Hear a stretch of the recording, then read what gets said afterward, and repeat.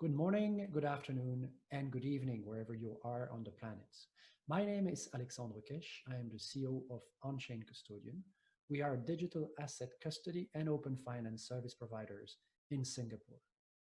Today, we are starting a In Conversation with series with some of our partners and clients that we are proud to work with.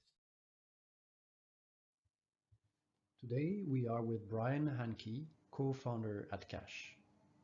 Cash tokens are fully compliant, public, transparent, redeemable tokens backed by gold stored in vaults around the world. With worldwide liquidity and storage providers, accessible and auditable assets from GramChain's proof of reserves asset tracking system, strict AML KYC policies, Cash provides fast, flexible redemption at scale with the option to sell the underlying gold for fiat currency. Ryan, nice to have you on the show. I guess the first question would be, can you introduce yourself and maybe also share with our audience why you are in the digital asset industry? So I'm Brian Hankey. I'm the co-founder of Cash, and I am in the industry because I've always been very interested in blockchain technology ever since I first heard about it. Back in late 2012, I started reading about Bitcoin, but unfortunately did not put my life savings into it.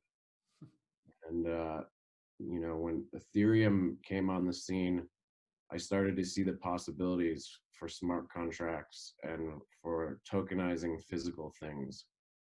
And this is something that I wanted to do, but I didn't really have the right partners. And finally, I found Gregor in 2018. I had known him, but we discussed actually doing something together in business, and we decided to start Cash. And what is Cash exactly? Cash is a blockchain technology company that provides the technology and infrastructure to tokenize physical assets. It's not limited to gold, but gold is the first thing that we wanted to start with because we think it's probably the best thing to begin with. So you will be tokenizing other commodities or different or precious metals. Is that the idea? Uh, in the long term, yes, we would like to do other metals and potentially other assets entirely, maybe working with partners or making some kind of a joint venture. But right now, we're 100% focused on getting Cash Gold going. There are competing offerings, so other gold-backed token offering out there. How different are you compared to these guys? What are technologically? Is it business-wise? Can you explain more? Well, there's a lot of differences, but I think the most important ones are three key differences. First, we try to provide the maximum amount of transparency. We try to provide all the data we possibly can. And so to that ends, we provide photographs of the bars, their locations, their gross weight, their purity, their serial number, their brand, and their location. And all that data is provided in real time. It's then hashed and time stamped on the Ethereum blockchain, so it can't be changed or manipulated. And then that data is not provided by us. That's provided by the vault personnel that are actually handling the bars. So it's virtually impossible for us to manipulate this data. And at the same time, you have complete data on all the bars at all times, every bar in the system, where it is, and so on.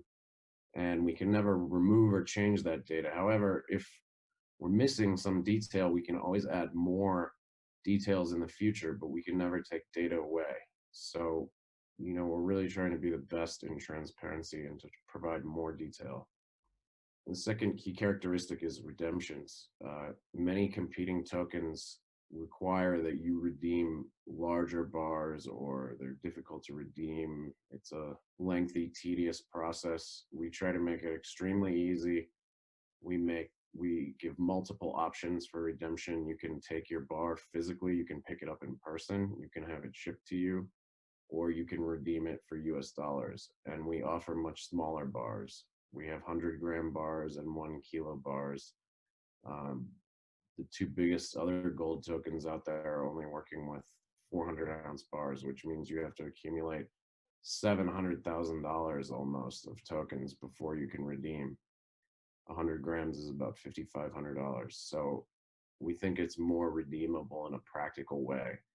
And we're also distributing the holdings all around the world through partner vaults. So if you're looking for shipping or pickup, you will have an option hopefully close to home. And lastly, kind of connected to that second point, we think that it's more scalable because we're not limiting it to one jurisdiction or one vault or one partner. We're going to have a network of liquidity providers as well as vaults so that you will always have competitive bids if you're redeeming to sell, or hopefully you'll have an option that's closer to home if you want to pick up or ship.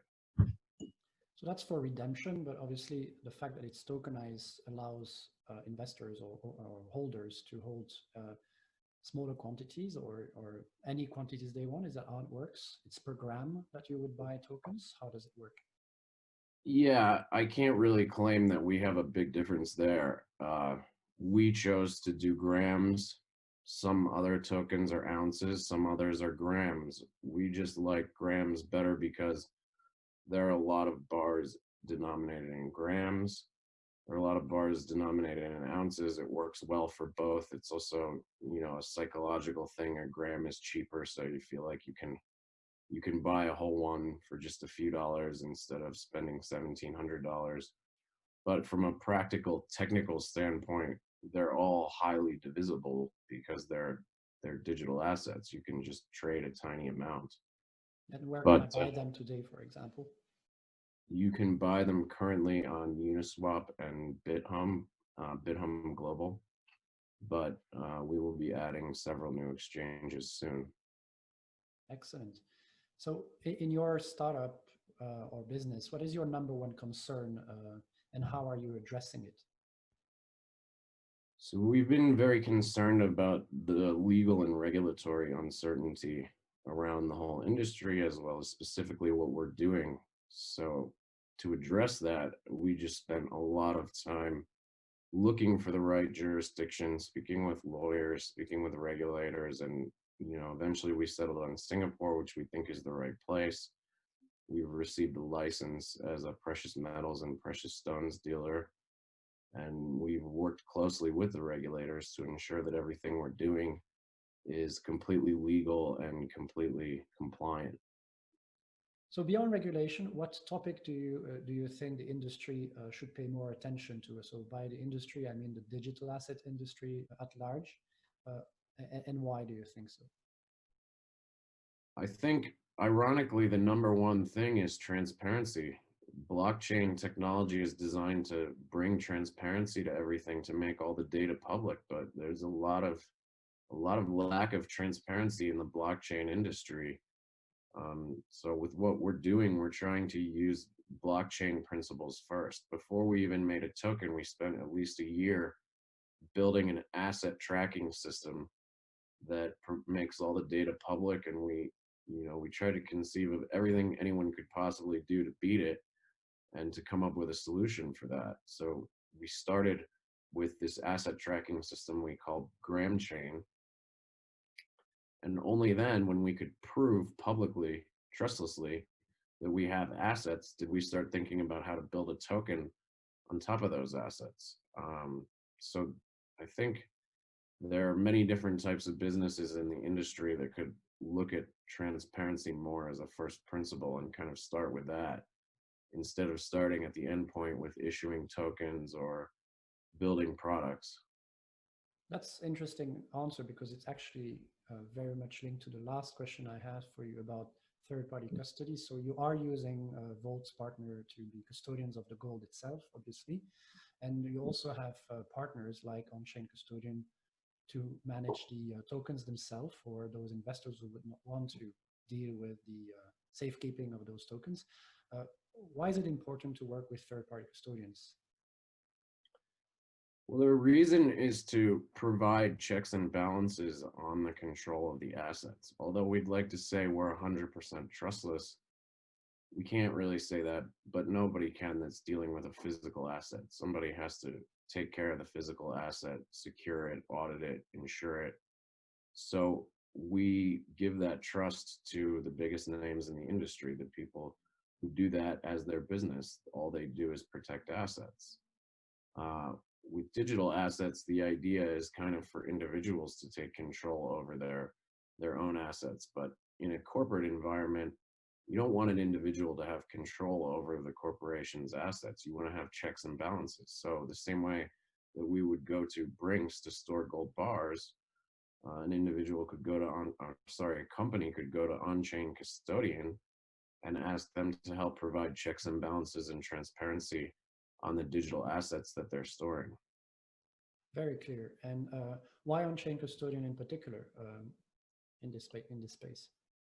Well, originally I met you through the DX Association of Singapore, and we collaborated together a little bit through the Global Digital Finance Association on some standards and codes of conduct. And I was just generally very impressed with your work ethic and how you were spearheading all of these initiatives to try to bring more standards and transparency to the industry. And then as I learned more about your company, from the technology that you use, as well as the investors you have backing you, it just seems like a very stellar operation, and just like one that we're very happy to partner with and associate with. Thank you for that, and I'm looking forward to working with you guys in growing the business. Brian, thanks for joining us, and I hope to see you soon in Singapore. Thanks, you too.